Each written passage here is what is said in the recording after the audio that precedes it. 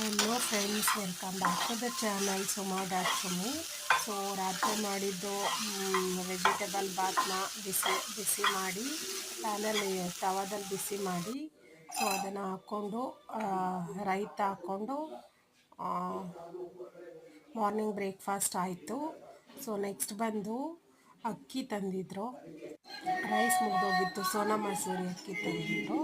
ಸೋನಾ ಮಸೂರಿ ಅಕ್ಕಿನ ಬಾಕ್ಸ್ಗೆ ಅರ್ಧ ಲೋಡ್ ಮಾಡಿದೆ. ಸೊ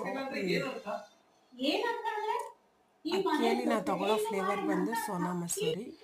ಸೊ ನೋಡಿ ಅರ್ಧ ಲೋಡ್ ಮಾಡಿದೆ. ಮತ್ತು ಇದನ್ನು ಮೂವ್ ಮಾಡೋಕ್ಕೆ ಟ್ರೈ ಮಾಡ್ತಾಯಿದ್ದೀನಿ. ಸೊ ಕೈಯಲ್ಲಂತೂ ಇಷ್ಟು ಭಾರನ ಕೈಯಲ್ಲಂತೂ ಎತ್ತಿಕ್ಕಾಗಲ್ಲ. ಸೊ ಕೈಲೇ ಲಿಫ್ಟ್ ಮಾಡ್ಕೊಂಡಂತೂ ಎತ್ತಿಕ್ಕಾಗಲ್ಲ.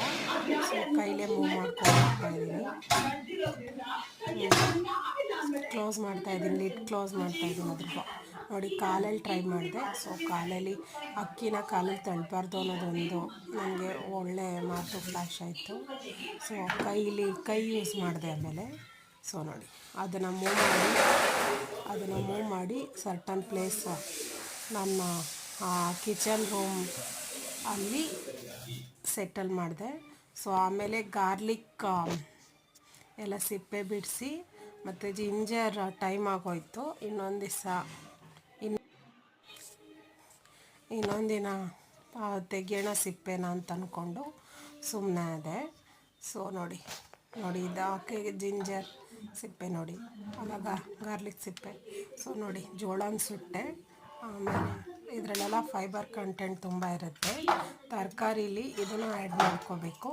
ಸೊ ಇದೆಲ್ಲ ತಿಂದರೆ ಜಾಸ್ತಿ ಹೊತ್ತು ಹೊಟ್ಟೆ ಹಸಿವಾಗಲ್ಲ. ಸೊ ಸ್ಟಮಕ್ ಬಂದು ಫುಲ್ಲಾಗಿರುತ್ತೆ ಜಾಸ್ತಿ ಹೊತ್ತು. ಸೊ ನೋಡಿ ಫೈಬರ್ ಕಂಟೆಂಟ್ ಇರುತ್ತೆ.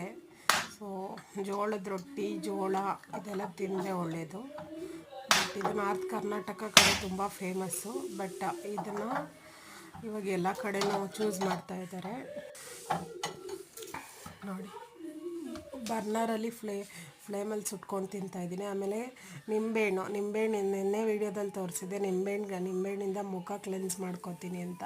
ನಾನು ಯಾವುದೂ ಆರ್ಟಿಫಿಷಿಯಲ್ ಪ್ರಿಸರ್ವೇಟಿವ್ಸಲ್ಲಿ ನನ್ನ ಸ್ಕಿನ್ಗೆ ಹಾಕಲ್ಲ. ಸೊ ನೋಡಿ ಈ ಥರ ಟ್ಯಾನ್ ರಿಮೂವಲ್ಗೋಸ್ಕರ ನಂಗೆ ಡಾರ್ಕ್ ಸರ್ಕಲ್ಸ್ ತುಂಬ ಇದೆ. ಸೊ ಈ ಥರ